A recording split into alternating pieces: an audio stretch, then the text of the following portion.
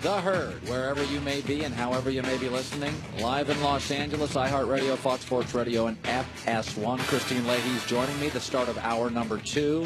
Joel Klatten, 5 minutes. Jordan Palmer's in studio last hour. He trains two of these great young quarterbacks. He's become, Carson Palmer's brother, Jordan Palmer, has over the last several years kind of become the go-to quarterback guru for a lot of young guys. Darnold Rosen practicing with him right now and training with him. All right, I'm going to play a game. Christine, good to have you. And I'm going to play a game, and I learned about this about 20 years ago. I worked in Tampa, and Rich McKay, I covered the Tampa Bay Buccaneers, and Rich McKay was the general manager. And we just got into these long discussions, a very, very smart guy. And his dad coached at USC, legend John McKay. And he said, listen, the way we do it is when guys come out, I make my scouts give me a high end and a low end for the current player coming in from college. At his best, who could the player be? And let's say he's not at his best and it doesn't go ideal. What will he be? It's called the high-low game in the NFL. You do this to your scouts. And it gives some clarity going into a season. And so I thought, I'm not going to do this with linebackers and receivers. That's too confusing. Let's just do it with the 5 or 6 quarterbacks that we all know, we've all seen, we all talk about. And I'm going to give you my thoughts combined with a lot of text and a lot of talk of what I'm hearing. This is mostly me, but information I've gathered, also plays a part in this. So let's start. Josh Rosen, let's start with Josh Rosen. There's a big story today that Josh Rosen's arrogant, and he came out and said, listen, I didn't grow up that wealthy, but I won't have to work at McDonald's if this doesn't work out. His high end is Aaron Rodgers. Smart, little arrogant, size isn't ideal, remarkable arm talent, a little bit of an independent thinker and doer, wins, but may never be truly beloved. That's the high end, and Aaron is amazing. I think they even look a little alike. They both play in the Pac-12. I watched both. I think his high end is Aaron Rodgers. I think his low end is Sam Bradford. Josh Rosen's durability is a huge concern with the scouts I talk to. Both Rosen and Bradford hurt in college. They're both technically sound, but are they going to carry average talent?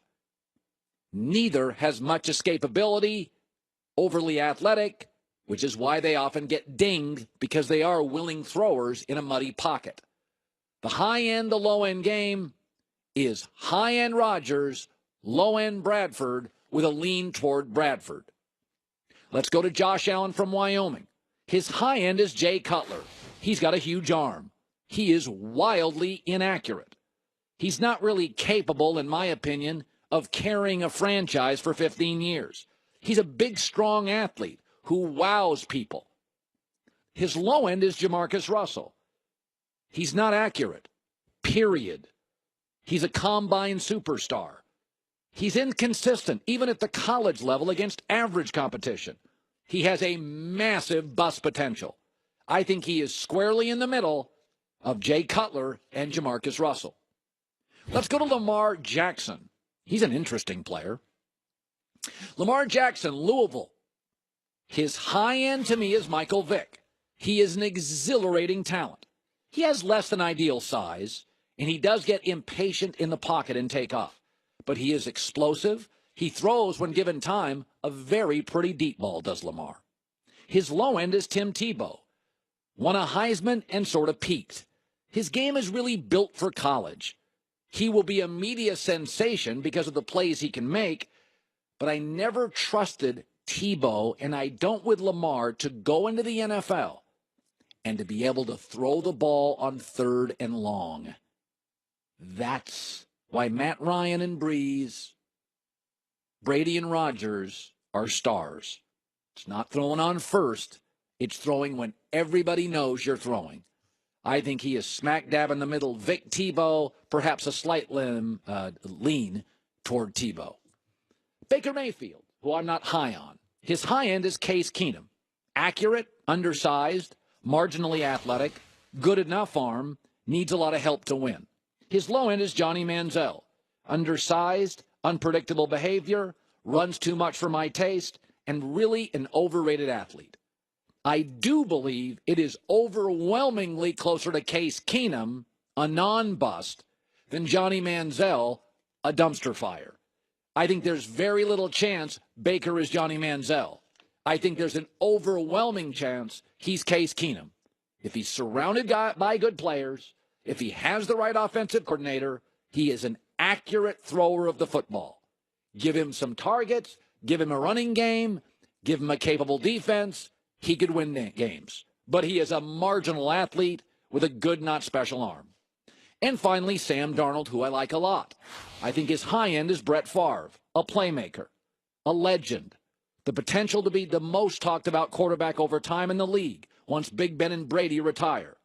A popular kid who always says the right things. A risk taker, though, that will throw interceptions. The low end is Andrew Luck. He may just run so much he gets hurt. He is, in some spots, interception prone. His arm is good. It's not great. He'll win but have skeptics. He'll be incredibly coachable and will always say the right thing. The high end for Darnold is Brett Favre. The low end is Andrew Luck. John Goulet has a problem with that. The low end is a Pro Bowl quarterback who threw 40 touchdowns in a season. Yes. I am just telling everybody, by looking at my high-end, low-end game, I'm pretending I'm a scout. I believe Darnold is the only quarterback in this class, and it's not close, who has a chance to be a legend and has almost no bust potential. Rosen's got it with injuries. Baker's got it with attitude. Allen's got it with accuracy. And Lamar's going to be interesting. I think there's some Tebow. I think there's some Vic. And I just want to watch it. And with that, we bring in Joel Klatt, the college football expert at this network. All right, so Christine showed us about 40 minutes ago. These quotes were pretty interesting. Yeah. From Josh Rosen. This is the latest Josh Rosen. You thought they were crazy? I thought they were, yes. Let's put them up again. Let's do it. Okay, so the quotes were essentially, listen, I didn't come from super wealth. He said, my family's well off. I'm not super wealthy, stupid wealthy. I mean, he's a 1%er. All right. All right. I mean, his family's in the 1%. Well, I'd say I mean, that's pretty people were wealthy. offended at the McDonald's line. So his right? line was, listen, if this doesn't work out, I won't have to work at McDonald's. Right. And you have a problem with that? No, I don't have a problem with that. I think that, listen, a lot of people in that's part of like the vernacular that we use. Wouldn't you agree? Yes. That's kind of what people throw out. Yeah, it's almost a placeholder, not necessarily an indictment, right? Hey, I don't have to work at McDonald's. Right, or people say like flipping burgers or something along those. I've heard other people say, hey, it beats selling insurance. You know, it's just one of those phrases, okay? Right. My problems were more overarching with the article than they were specific, although they were born out of some of the specifics. Let me just articulate this. I think Josh, as a pure player, is probably the most beautiful quarterback. He's the best passer of the football and probably would be, outside of the durability and the attitude questions, the first overall pick. Okay? Just on talent level. That's the way I view him as a quarterback. He's such an efficient mover with his body and his feet. Now, let's get to the comments. Let's get to the article. Josh Rosen is a walking contradiction. And the article was a walking contradiction. In one sentence, he was talking about, I just want to be authentic. I'm going to be me. You know, this is who I am. Yeah, I'm brash. I just kind of wear it on my shoulder. And then in the next sentence, he would say, like, well, I just need to be smarter about the narrative that I drive. Well, which one is it? Because if you're driving a narrative, you're not being authentic. So you're telling me it's a little Eddie Haskell. Very much so. There's two sides going on. Let me give you another example. He was talking about one of the mistakes that he viewed from his college career, in particular outside the football field, off the football field. And he talked about, you know, when he wore the Trump hat and that kind of blew up on social media and he used the F word.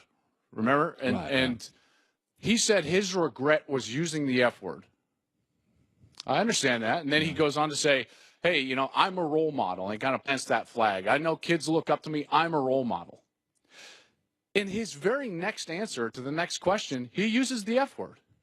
I'm like, wait, what is going on? In fact, he used the F word 3 different times in the interview outside of the question that said, I regret using the F word. So I'm like, wait, so you don't regret it these 3 times and you're not a role model in these answers. You're being authentic, but back then you should have driven a different narrative. Again, it's a contradiction. He's constantly in that mold. That's why he's more individual sport athlete than he is team sport athlete, born out of his prowess as a great tennis player in his youth.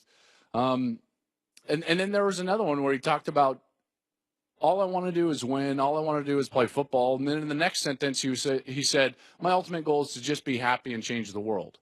Which one is it? I can't, again, like, this is an article that a decision maker in the NFL will walk in, and if he doesn't like Josh Rosen, he throws down on the table and he says, that's why I don't like him. If it's a decision maker that does like Josh Rosen, he throws that article down and he says, that's why I love the kid. Look at him. He takes full ownership of his quote-unquote arrogance. The article serves a little bit of two masters there. Sure. It's a walking contradiction. That's what makes it hard for these NFL teams. If you like that article, you love Josh Rosen. If you don't like the article, you already don't like Josh Rosen. It's going to further separate and polarize the evaluation of him at the next level. Okay, let's go to my high end, low end. You know this is a game that GMs ask of their scouts, their regional scouts. Give me the high end, give me the low end. Probably more so than you would think. It's kind of a fun game here. Oh, I love this is a serious deal in those rooms. This is what these guys. Is a serious by the way, deal. I have not told the audience this yet. I don't know if I've told Christine either. On draft night in the NFL, you will be where? With the NFL Network simulcast on Fox. So you will be on the draft. You know where I'll be. No, where are you going to be? Where are you going to be? On the stage? He's going to be in some draft room. I am going to be in one of the 32 NFL draft rooms. I knew it. Do you know whose it is? I don't know which one it is. Probably one of the local teams, I would guess. Yep. Maybe, maybe not. Oh, you got a 50-50 guess there. So anyway, I take this stuff seriously. Wait. They invited you into their draft room? Wait, you take it seriously like they're going to ask your opinion? No, they're not. No. Why are you allowed in there?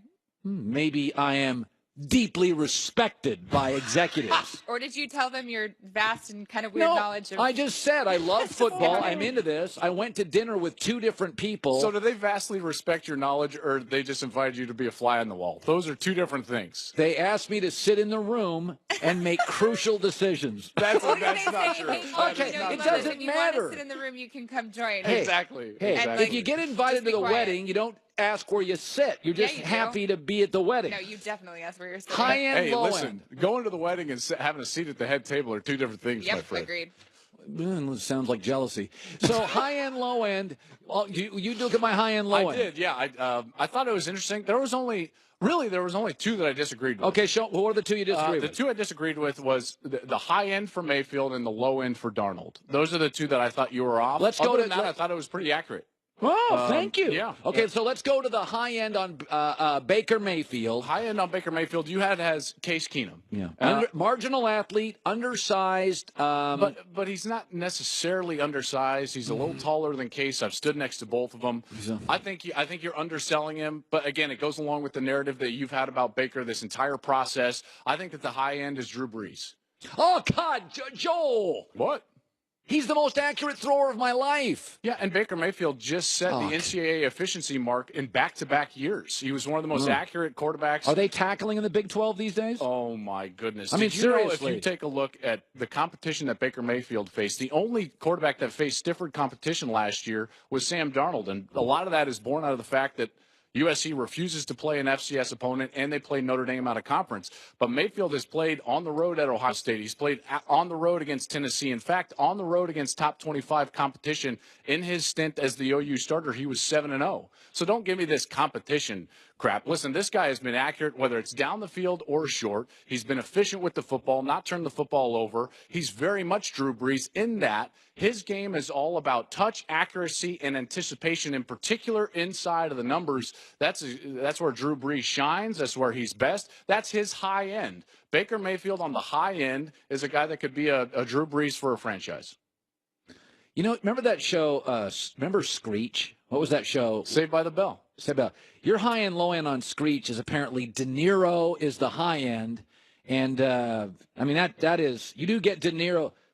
No, I'm saying is the high end is the high end is Drew Brees. Yes. It's one of the 10 best quarterbacks of my life. Okay. And Baker, you think he can hit that? Baker Mayfield's one of the 10 best college quarterbacks I've seen in the last decade. He's the best RPO thrower in the direction that the NFL is going. Listen, he's got some detractions, which is why you put up Johnny Manziel. I did not disagree with that. Did I? Did I? No, you didn't. No, and having a wide margin. Listen, I put Drew Brees and Johnny Manziel. I agreed with your Manziel as the low end. That wide margin, there's a lot of risk there. Okay, so he's a riskier pick than some of these other quarterbacks. I'm just saying that your high end is selling him short. Okay, Sam Darnold. High end is a legendary, exhilarating, occasionally turnover prone, legendary player who runs a franchise for 15 years and wins the Super Bowl. The low end is he gets banged up because he runs too much. He throws some picks and has his critics, but he is a really, really good above average quarterback. You're either too high on Darnold or too low on Luck. One of the two, because that's way too high of a floor. That's what Goulet says. Yeah, I mean, what's your listen, floor on it? Andrew Luck was one of the 3 generational quarterbacks to enter the draft in the last 30 years. There's only been 3 guys that have just been unquestioned, 100%. No matter where they go, they're going to succeed. It was John Elway, Peyton Manning, and Andrew Luck. Okay, so I have a hard time having him be the floor. I think more of a floor for Darnold, because I don't think he's got a lot of bust factor, but I would say low end. What about a Jameis Winston? Forget the off-the-field issues with Winston in college and even what he's dealt with in the NFL. These guys were alphas in their own locker room in college, were the reason that their team was winning and at an elite level, and they were a little turnover-prone in college. And I think that is kind of where Darnold might be headed low end. Okay, I think you're really accurate, but here's where you're not. I still don't know if Jameis is going to make it because I don't think he's mature. Darnold has no maturity issues. I agree. None. I agree. There's no bust factor for Darnold. I think Jameis Winston struggles this year. Listen, this guy, I love Darnold. He is not Andrew Luck, John Elway, or Peyton Manning. There is a bust factor with Sam Darnold. What? It might be low. Is that a bust to the Hall of Fame after his 7th year? A bust or a bust factor? If I were going to critique Sam Darnold, and this is something that can be fixed because Kurt Warner proved it. The fumbles are more of an issue than the interceptions. In my mind. Totally agree. No question about that. But as Warner showed us in his career, that can be something that gets better with time. And then the only other thing is that Sam at times can defer. He's not always the alpha like Winston was in college. He can defer, born out of the hey, I grew up in San Clemente. San Clemente, if you don't know, is far south in Orange County. Very chill very beach town. Surfer bro kind of mentality. He's not a surfer bro, but sometimes he's too much one of the guys. He's too casual. All right. And that would be a criticism of Sam Darnold. But there is a small bust factor with Sam Darnold. I don't believe that he will. I think he should be the first player taken. I think he's going to succeed in the NFL. I like the Brett Favre high end, but low end, let's think more about Jameis Winston rather than one of the 3 generational quarterbacks that's come into the draft in the last 30 years. Joel Klatt, that's his name. We loved having him on the show. Thanks, bud. You bet. It's a fact of life. Attorneys are expensive, upwards of $300 an hour, and that's why small business owners now are more and more going to LegalZoom. It is not a law firm. You get one flat, transparent rate, and they can give you all sorts of information that your attorneys can. They have created a business legal plan, and with it you get legal advice for your business from vetted independent attorneys, tax pros in every single state. They'll help you with NDAs, lease agreements. Again, changing tax laws. That's happening in America. Contract reviews, all part of running your business. This is where their expertise lies. All low upfront price. LegalZoom's business plan. Check it out now. Go to LegalZoom.com. Enter Colin, C-O-L-I-N. LegalZoom is where your life meets legal.